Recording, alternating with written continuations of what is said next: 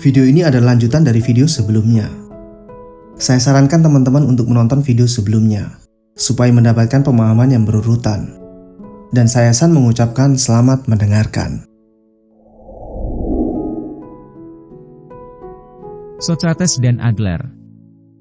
Pemuda, baiklah. Aku ingin bercerita tentang temanku yang lain, seorang pria bernama Y. Dia adalah orang yang selalu ceria dan supel. Dia seperti bunga matahari, semua orang menyukainya, dan orang tersenyum setiap kali dia ada. Sebaliknya, aku tipe yang tidak pernah mudah bersosialisasi, dan dalam berbagai hal agak menyimpang dari norma pada umumnya. Nah, kau mengklaim bahwa manusia bisa berubah lewat teleologi Adler? Filsuf, ya. Kau, dan aku, dan semua orang bisa berubah. Pemuda, lalu, apakah menurutmu aku bisa menjadi orang seperti Y? Jauh di lubuk hatiku, aku sungguh-sungguh berharap bisa menjadi seperti dirinya. Filsuf, di titik ini, aku harus berkata bahwa itu sama sekali tidak mungkin. Pemuda, aha. Sekarang kau memperlihatkan warna aslimu. Jadi, apakah kau akan mencabut teorimu? Filsuf, tidak, aku tidak akan mencabutnya. Sayangnya, engkau hampir tidak memiliki pemahaman tentang teori psikologi Adler. Langkah pertama untuk berubah adalah mengetahui.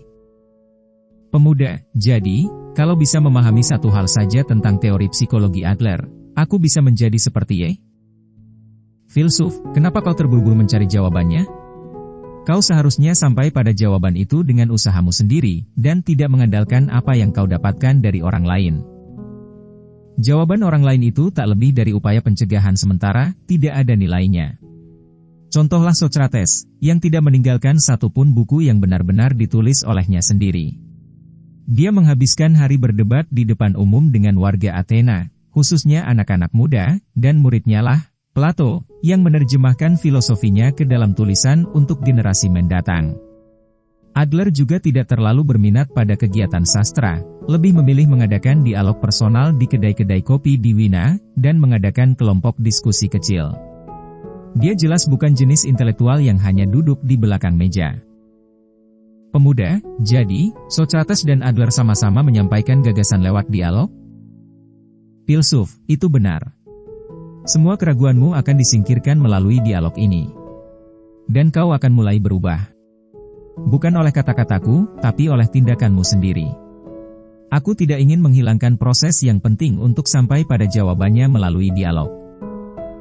Pemuda, jadi, apakah kita akan mencoba menghidupkan kembali sejenis dialog yang dilakukan oleh Socrates dan Adler di ruang belajar kecil ini? Filsuf, apakah ini tidak cukup? Pemuda, itulah yang ingin ku ketahui. Jadi, ayo diskusikan sejauh mungkin, sampai engkau mencabut teorimu atau aku membungkuk kalah di hadapanmu. Kau puas dengan apa adanya dirimu?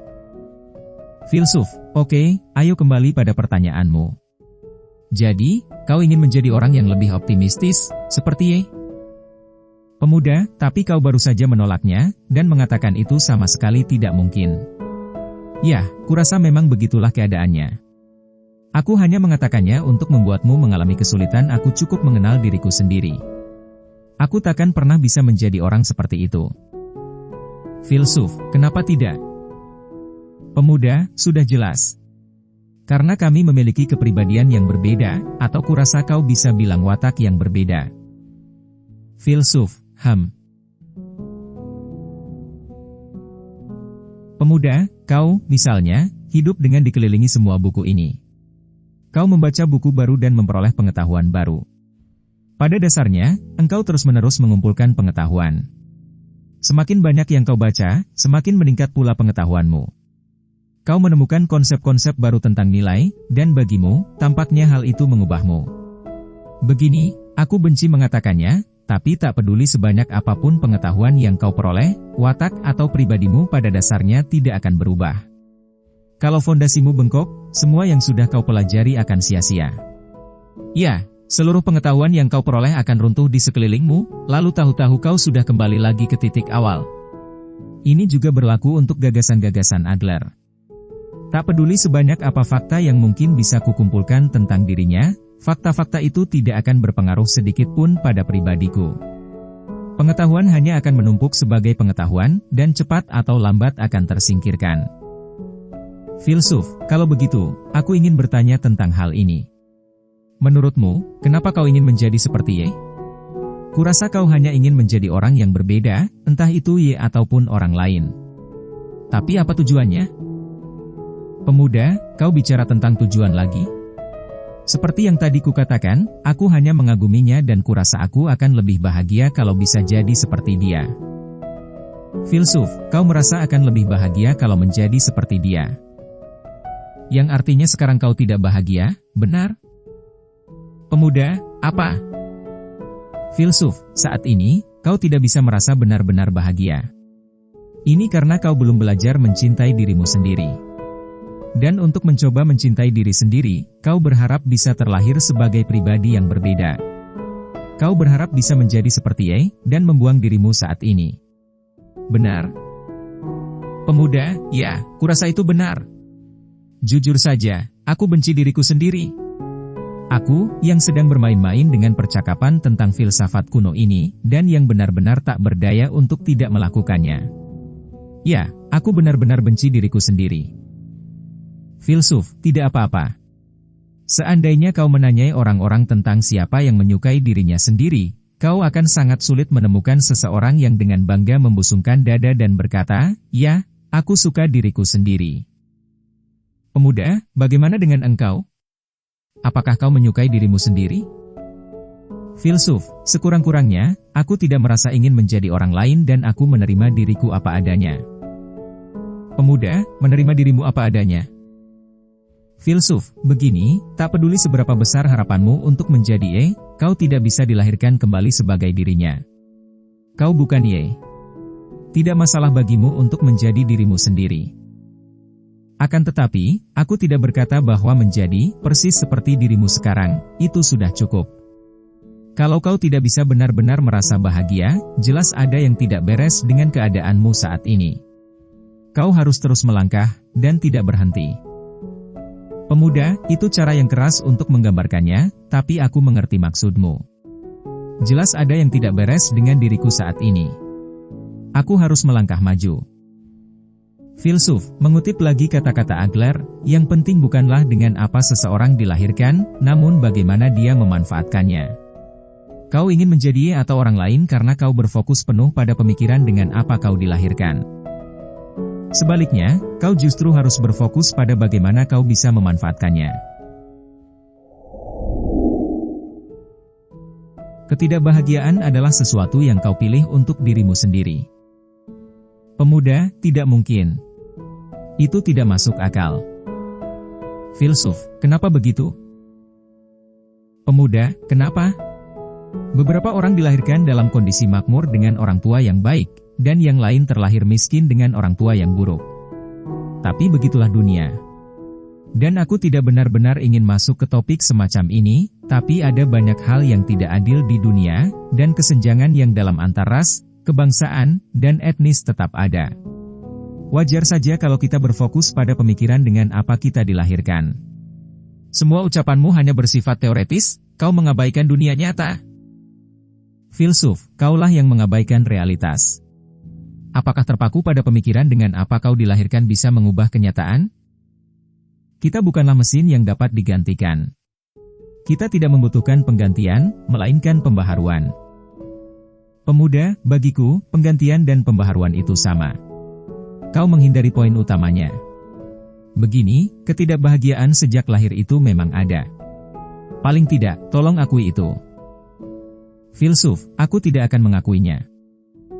Pemuda, kenapa? Filsuf, salah satu alasannya, saat ini kau tidak bisa merasakan kebahagiaan sejati. Kau mendapati hidup ini sulit, bahkan berharap bisa terlahir kembali sebagai orang yang berbeda. Tapi kau sekarang tidak bahagia karena kau sendirilah yang memilih untuk menjadi tidak bahagia. Bukan karena kau dilahirkan di bawah bintang kesialan. Pemuda, aku memilih untuk tidak bahagia. Bagaimana aku bisa menerimanya? Filsuf, tidak ada yang luar biasa tentang hal ini. Pernyataan ini sudah diulang-ulang sejak era Yunani klasik. Pernahkah engkau mendengar pepatah, tidak ada yang menginginkan kejahatan? Ini dalil yang umum dikenal sebagai paradoks Socrates. Pemuda, kita tidak kekurangan orang yang menginginkan kejahatan, bukan? Tentu saja, ada banyak pencuri dan pembunuh, dan jangan lupa semua politikus dan pejabat dengan berbagai transaksi busuk mereka. Mungkin lebih sulit menemukan orang yang benar-benar baik dan lurus yang tidak mengharapkan kejahatan. Filsuf, tak perlu diragukan lagi, ada banyak perilaku jahat. Tapi tak seorang pun, bahkan penjahat paling kejam sekalipun, yang terlibat dalam kejahatan semata-mata karena ingin terlibat dalam tindakan-tindakan jahat. Setiap penjahat memiliki alasan internal untuk terlibat dalam kejahatan. Perselisihan karena uang bisa membuat seseorang terlibat dalam pembunuhan, misalnya. Bagi pelaku, ini sesuatu yang dapat dibenarkan, dan yang dapat dinyatakan kembali sebagai pencapaian yang baik. Tentu saja, bukan baik dalam arti moral, tapi baik dalam arti menguntungkan bagi dirinya. Pemuda, menguntungkan bagi dirinya. Filsuf, kata Yunani untuk baik, agathon, tidak memiliki arti moral. Kata tersebut hanya berarti menguntungkan. Sebaliknya, kata jahat, kakon, berarti tidak menguntungkan. Dunia kita penuh dengan ketidakadilan dan kejahatan dalam segala bentuknya, namun tidak ada yang menginginkan kejahatan dalam artian sejatinya, yakni sesuatu yang tidak menguntungkan. Pemuda, apa hubungannya denganku? Filsuf, di tahap tertentu kehidupanmu, kau memilih untuk menjadi tidak bahagia. Ini bukan karena kau dilahirkan dalam keadaan yang tidak membahagiakan atau berakhir dalam situasi yang tidak membahagiakan. Hanya saja, engkau menilai bahwa menjadi tidak bahagia, itu baik untukmu. Pemuda, kenapa? Untuk apa? Filsuf, bagaimana kau membenarkannya? Mengapa kau memilih untuk tidak bahagia? Aku sama sekali tidak tahu jawaban khusus atau detailnya. Barangkali jawabannya akan menjadi lebih jelas saat kita beradu pendapat tentang hal ini. Pemuda, kau benar-benar sedang mencoba membodohiku. Kau pikir ini bisa lolos sebagai filosofi? Aku sama sekali tidak bisa menerimanya.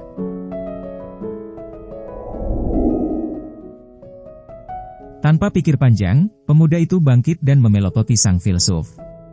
Aku memilih hidup yang tidak bahagia. Karena itu baik untukku? Benar-benar argumentasi yang tidak masuk akal. Kenapa dia sampai sejauh itu mengolok-olok diriku? Apa salahku? Aku akan membongkar habis argumennya, tak peduli berapapun harganya. Aku akan membuatnya berlutut di hadapanku. Wajah pemuda itu memerah oleh luapan emosinya.